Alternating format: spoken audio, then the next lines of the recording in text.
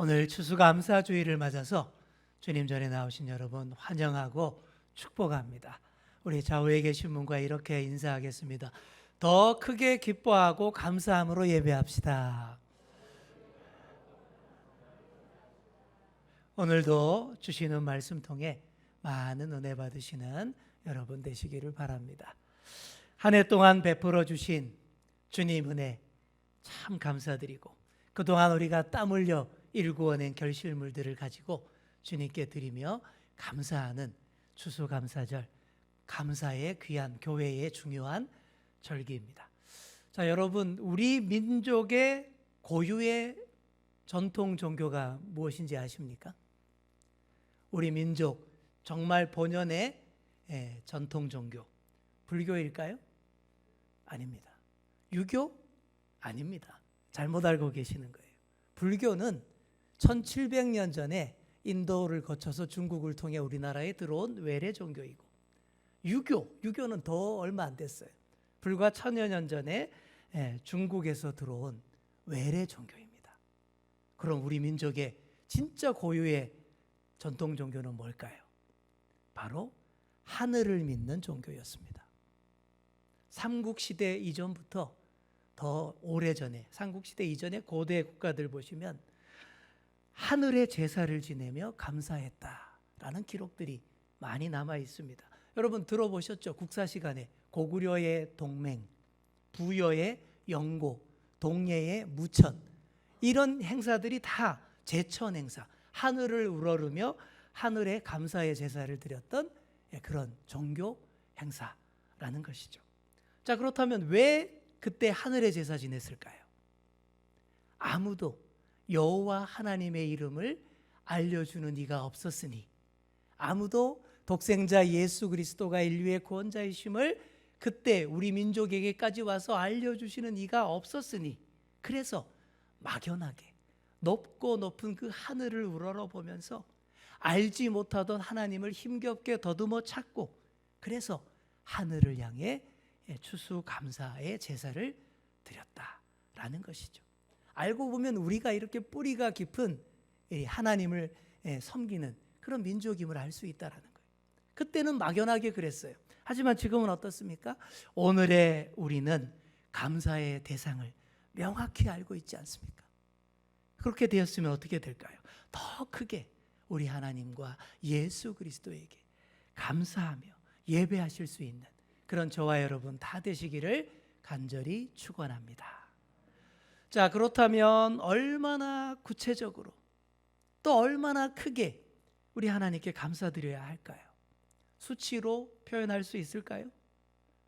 현대인들은 뭐든지 숫자로 나타내는 것을 너무 좋아합니다. 점점 더 그렇게 되는 것 같아요. 그래서 인터넷에서 어떤 특정 인물이 궁금해서 이렇게 검색을 딱 해보면 그 프로필에, 소개 프로필에 숫자가 많이 보입니다. 그 사람 키가 몇 센티이고, 몸무게가 몇 킬로그램이고, 나이는 몇 세이고, 주로 그런 식으로 소개가 많이 나와요. 운동선수이거나 연예인인 경우는 그런 정보 자료가 중요한 소개 자료가 될 수 있겠죠.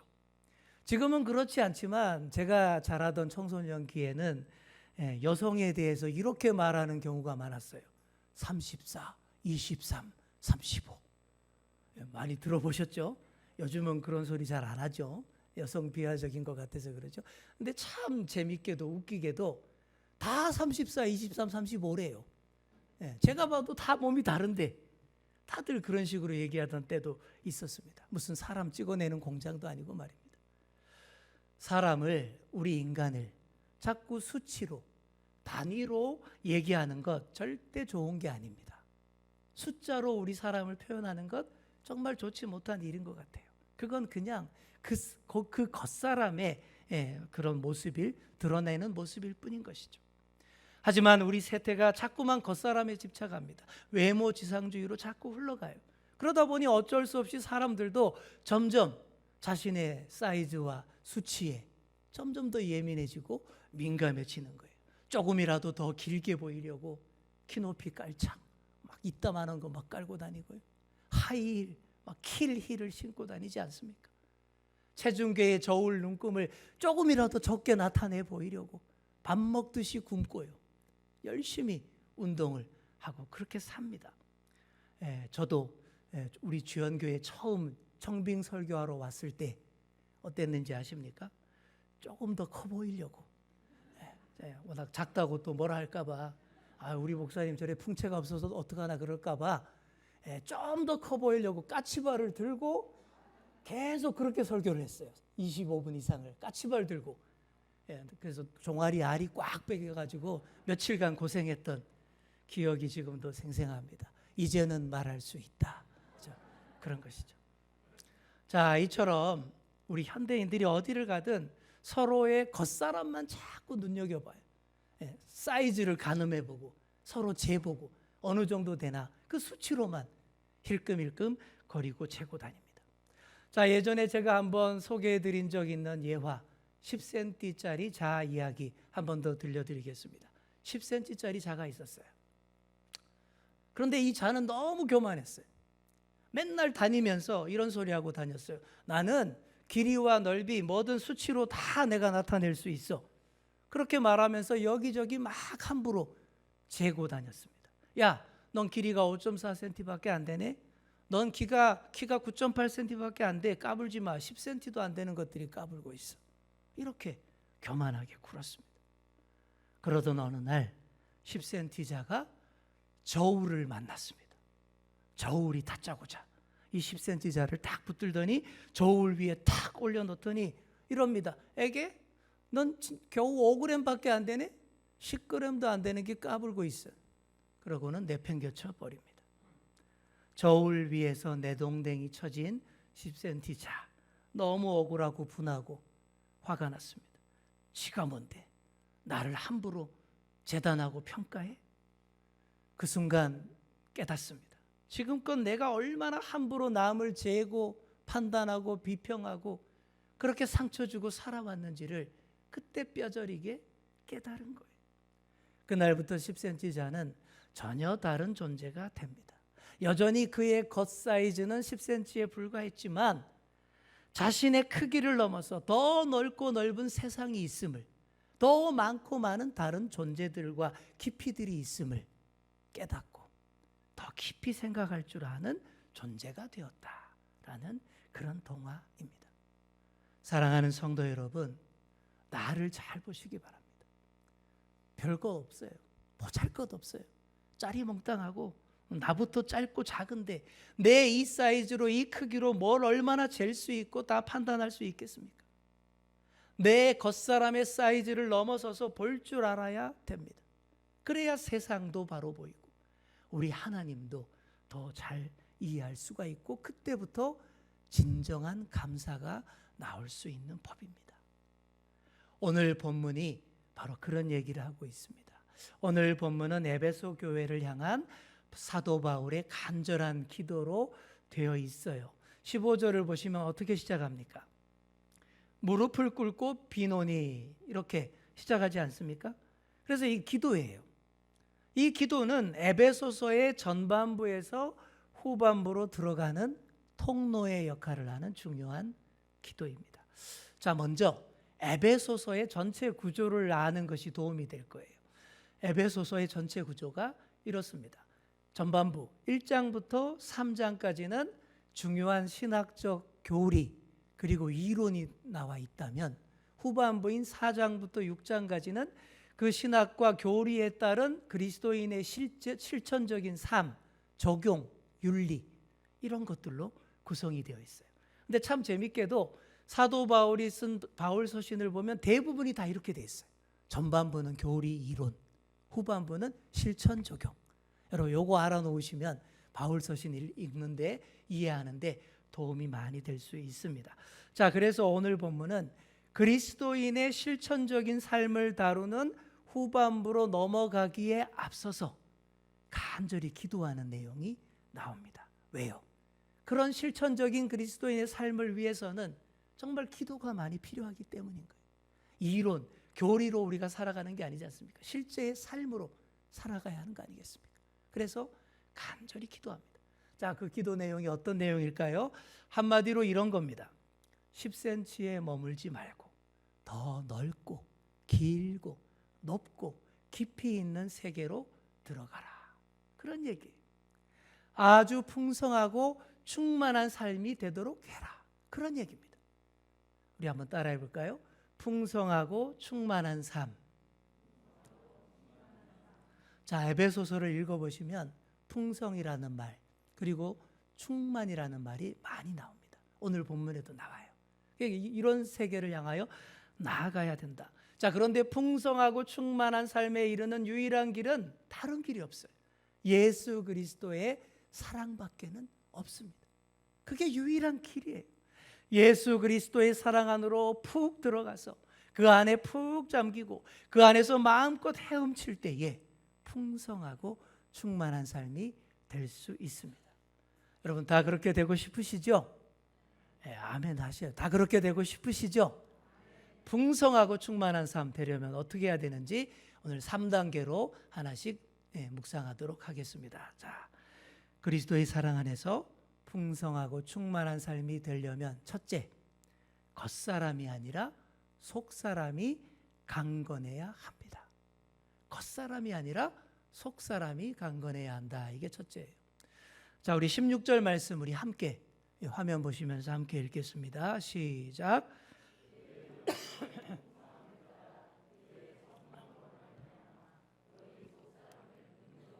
강건하게 하시오며. 아멘. 자, 여기 나오죠. 속사람을 어떻게 해요? 강건하게 해달라라는 기도가 나오지 않습니까? 요즘 시대가요, 속사람이 아니라 자꾸만 겉사람만 본다. 앞에서 말씀드렸죠. 그 외모의 사이즈, 수치를 강조한다라고 했습니다. 여러분 그게 얼마나 된다고 그러겠습니까? 우리 겉사람의 수치 한번 생각해 보세요. 아무리 높아도 아무리 길어도 겉사람의 높이는 2m가 넘기 힘들어요. 아무리 그 사람이 크다 해도 겉사람의 무게는 120kg 넘기 힘들어요. 아무리 넉넉한 사람이라 해도 그 겉사람의 넓이는 가슴둘레, 배둘레 120cm 넘기가 힘듭니다. 고만고만하죠. 거기서 거기. 이게 우리 겉사람들의 실태입니다. 이런 겉사람의 크기와 기준으로 무슨 세상을 재고 판단할 수 있겠습니까? 세상도 이해 못하고 하나님 사랑은 더더욱 헤아릴 수 없어요. 오로지 속사람으로만 할 수 있는 줄 믿습니다. 그러니 겉사람이 아니라 속사람이 진국이 돼야 됩니다. 여러분 진국이라는 말 아시죠? 자, 우리 옆에 계신 분께 이렇게 눈을 지그시 보면서 좀 징그럽게 보면서 이렇게 말씀해 주시기 바랍니다. 속사람이 진국이 되셔야 합니다. 아멘. 정말 그렇습니다. 고린도후서 4장 16절에 유명한 말씀, 이런 말씀이 있습니다. 그러므로 우리가 낙심하지 아니하노니 우리의 겉사람은 낡아지나 우리의 속사람은 날로 새로워지도다. 아멘. 그렇습니다. 우리 겉사람은요, 세월 앞에 장사가 없어요. 아무리 과거에 왕년에 얼굴이 좀 되셨던 분들도 세월이 가면 흘러내립니다. 처집니다. 그리고 인생의 그 깊은 골짜기들이 깊게 파여지죠. 여러분 여기 계신 분들 한번 얼굴 보시면 소시적에 못났던 분들이 한 분도 없는 것 같아요. 다들 꽃미남, 꽃미녀이셨죠. 네, 그렇죠. 하지만 지금 어떻습니까? 이렇게 아주 평화롭게 안정적으로 평준화가 다 되어 있는 거예요. 서로 시기할 일도 없고 다 이렇게 안정적으로 평준화가 됐습니다.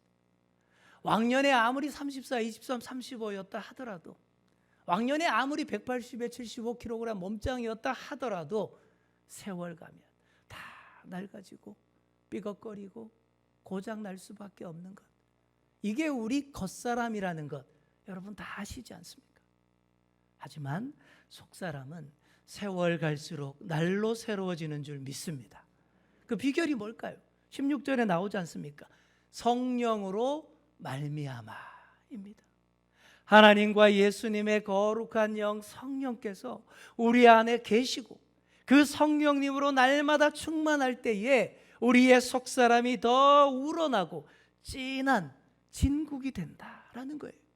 그래서 날이 갈수록 더 새로워지고 인생의 연륜이 더할수록 오히려 더 멋지고 아름다운 그런 백발의 어르신들이 될 수 있는 거예요. 그래서 딱 보면요, 막 느껴져요. 성령의 충만함으로 속사람이 진하게 우러나오시는 분들은 한눈에 다 표가 납니다. 야, 정말 멋진 어르신이구나. 한눈에 다 보입니다. 여러분, 그런 어른들 다 돼야 되지 않겠습니까? 신명기에 이런 구절이 있죠. 모세가 죽을 때 나이 120세였으나 그의 눈이 흐리지 아니하였고 기력이 쇠하지 아니하였더라. 바로 이런 겁니다. 모세가 주의 영으로 충만했기 때문에 그럴 수 있었습니다. 그러니 사랑하는 성도 여러분, 날마다 성령의 충만함을 더 사모하시고 그 일을 위해서 더 간구하시고 그래서 더 속사람이 강건한 여러분 다 되시기를 간절히 축원합니다. 자, 이게 첫 번째이고요. 두 번째로 그리스도께서 나의 주인 되심을 확실히 하셔야 합니다. 우리의 속사람이 잘 준비됐으면 다음으로 예수 그리스도를 나의 주님으로 확실하게 모셔야 됩니다. 오늘날 우리 그리스도인들의 가장 큰 문제가 뭐냐라고 했을 때에 제가 생각하기에는 그런 것 같아요. 예수님을 구원자로 믿는 데까지는 잘 갑니다.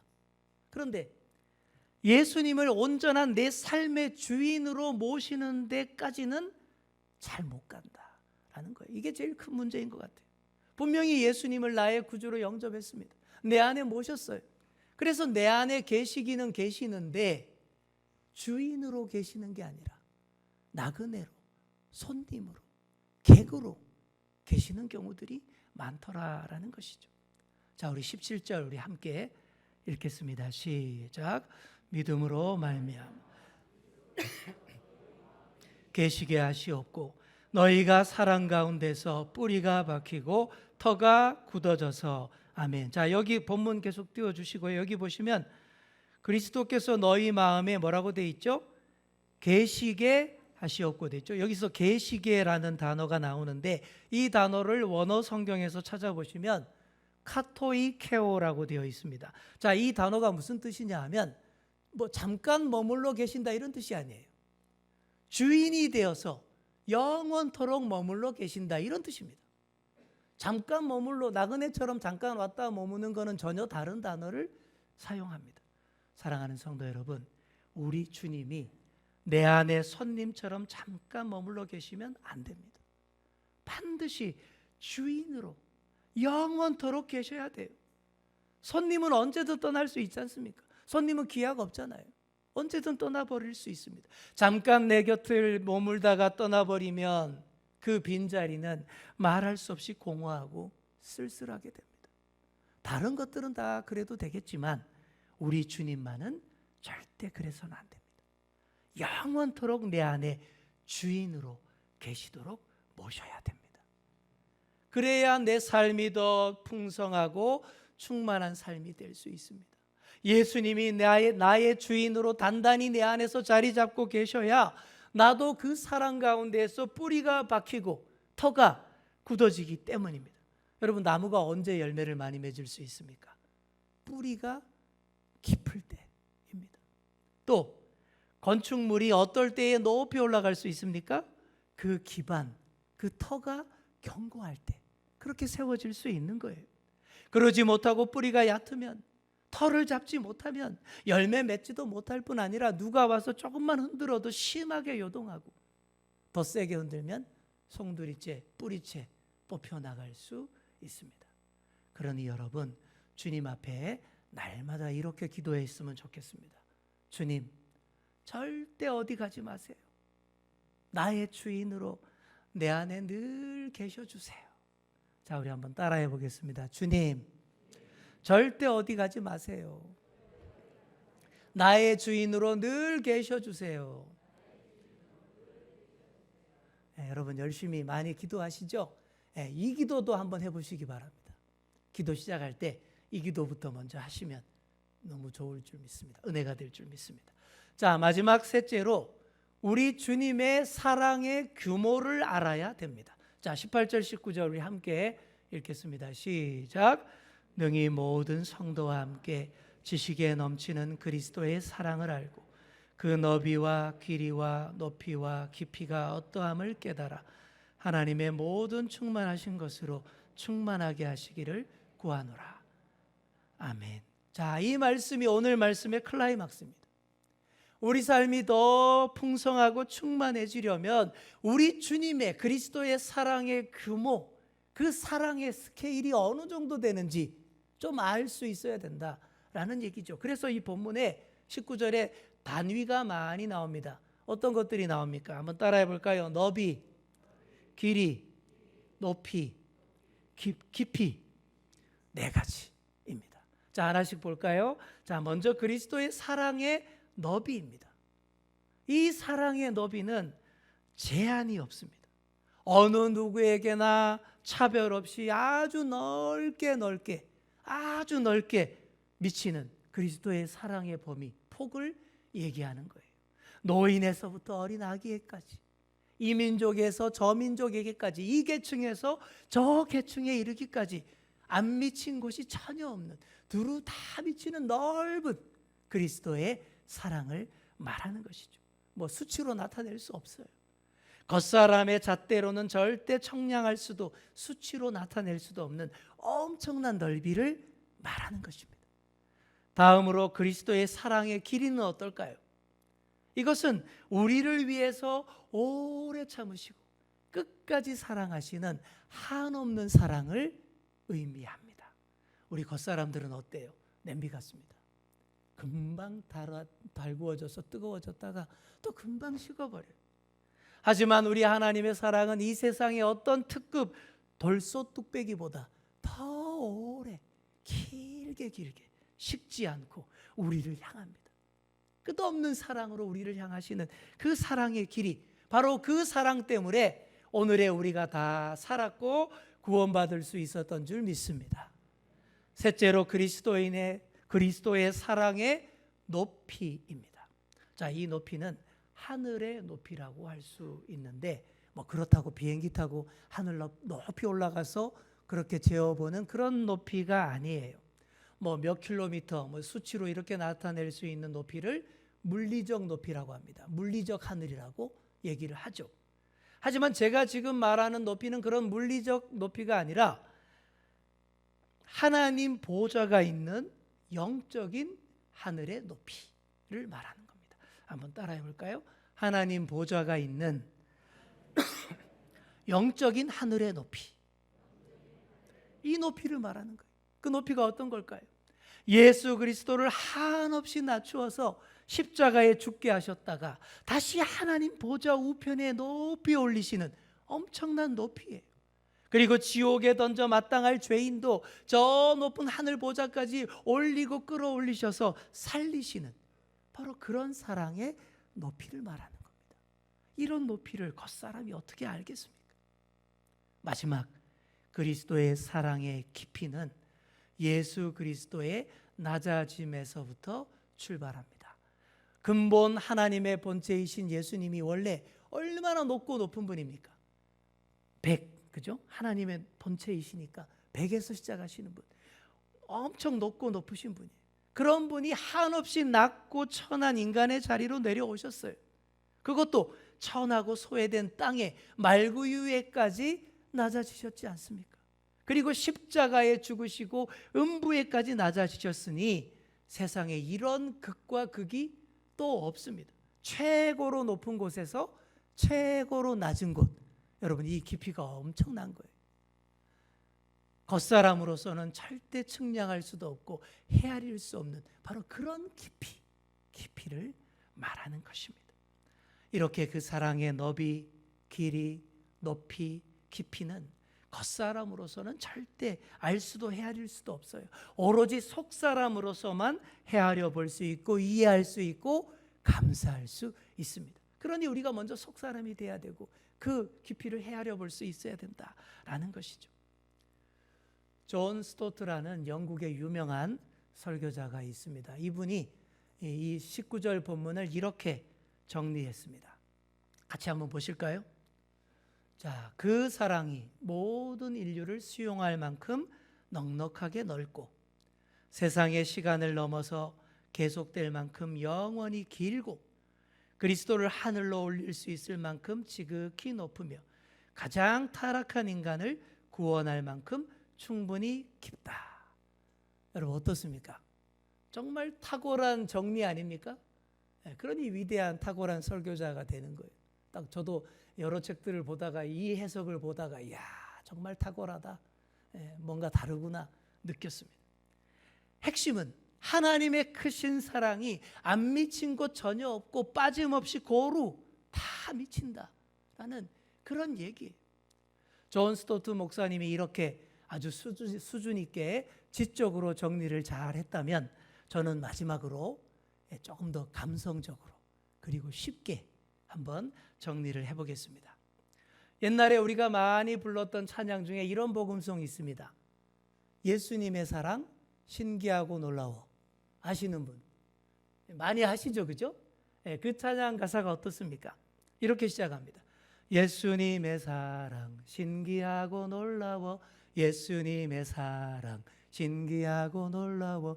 예수님의 사랑 신기하고 놀라워. 오 크신 사랑 같이 해볼까요? 하늘 그보다 높고 바다 그보다 깊고 우주 그보다 넓은 오 크신 사랑. 자, 다 아시네요, 그죠? 자, 이 노래에 보시면 퀴즈 나갑니다. 오늘 본문에 나온 19절에 나온 단위 중에 빠진 단위는 뭘까요? 정답, 길이는 빠져 있습니다. 그게 좀 아쉬워요. 저는 이 노래 보면 그것도 있었으면 완벽한데. 근데 그거는 빠져 있지만 그래도 너비, 높이, 깊이 나올 거 다 나옵니다. 우리 하나님의 사랑이 그와 같이 신기하고 놀랍고 크다라는 그런 아주 심플하면서도 단순한 그런 찬양이에요. 제가 고등부 시절 이 찬양 엄청 많이 불렀는데 우리는 이 찬양할 때 마지막에 나오는 이 오라는 감탄사를 아주 여러 번 했습니다. 인도자가 오 5번 그러면 오 크신 사랑 그렇게 마무리했던 기억이 있어요. 제 기억으로는 10번도 해봤고 20번도 해봤습니다. 어느 날은 밤새더라고 수련회 왔는데 오 골백번 막 이러더라고요. 밤새도록 오 그러면서 크신 사랑을 노래했던 기억이 있어요. 날 셀 때까지 그만큼 주님의 사랑이 크고 놀랍다라는 감탄을 그렇게 순수한 마음으로 순박하게 표현하며 밤을 샜던 그런 추억들 있습니다. 여러분 이것도 겉사람으로서는 절대 할 수 없는 거예요. 밖에서 보면 뭐라 그랬겠어요? 아이 미친 것들 그러겠죠. 겉사람으로서는 이렇게 이해가 안 되는 노래입니다. 하지만 속사람으로서는 할 수 있는 거예요. 수치로 나타낼 수 없지만 깊고 무한하고 큰 사랑 표현이 다 되는 것입니다. 사랑하는 성도 여러분, 오늘 우리가 추수감사주일 예배 드리고 있습니다. 이 감사의 계절에 다른 것들, 다른 우리의 상황, 처지, 상태, 경기, 경제 상황 이런 것들만 자꾸 보지 마시기 바랍니다. 그게 다 겉사람의 잣대이고 수치일 뿐이에요. 그런 겉사람의 마음으로는 절대 은혜도 안 되고 감사도 안 됩니다. 그러지 마시고 우리가 제일 먼저 봐야 될 것은 우리를 향한 주님의 사랑이 얼마나 크고 놀라운지 이것을 먼저 보시는 여러분 되시기 바랍니다. 그게 속사람의 바른 자세입니다. 그렇게 할 때에 오가 10번, 20번 나오는 감사 찬양이 절로 나올 수 있습니다. 아무쪼록 그리스도의 사랑의 너비와 길이와 높이와 깊이를 깨달아서 그래서 더 넓고 길게 더 높고 깊게 감사드릴 줄 아는 그런 저와 여러분 다 될 수 있기를 바랍니다. 그리 되셔서 더 풍성하고 충만한 삶을 사시는 저와 여러분 다 되시기를 간절히 축원합니다. 기도하겠습니다. 주님, 우리가 겉사람의 잣대로만 우리의 환경과 처지를 보고 재고 계산하지 않도록 도와주옵소서. 겉사람이 아니라 속사람으로 살게 하시고 그래서 우리를 구원하신 주님을 영원한 나의 주인으로 모시며 그 크신 사랑의 규모를 헤아릴 줄 알게 하여 주옵소서. 그래서 오늘 추수감사절을 맞아 주신 말씀 우리 가슴에 깊이 새겨서 더 넓고 길게, 더 높고 깊게 감사드리며 더 풍성하고 충만한 삶 살아가는 저희들 다 되게 하여 주옵소서. 예수님의 이름으로 기도드립니다. 아멘.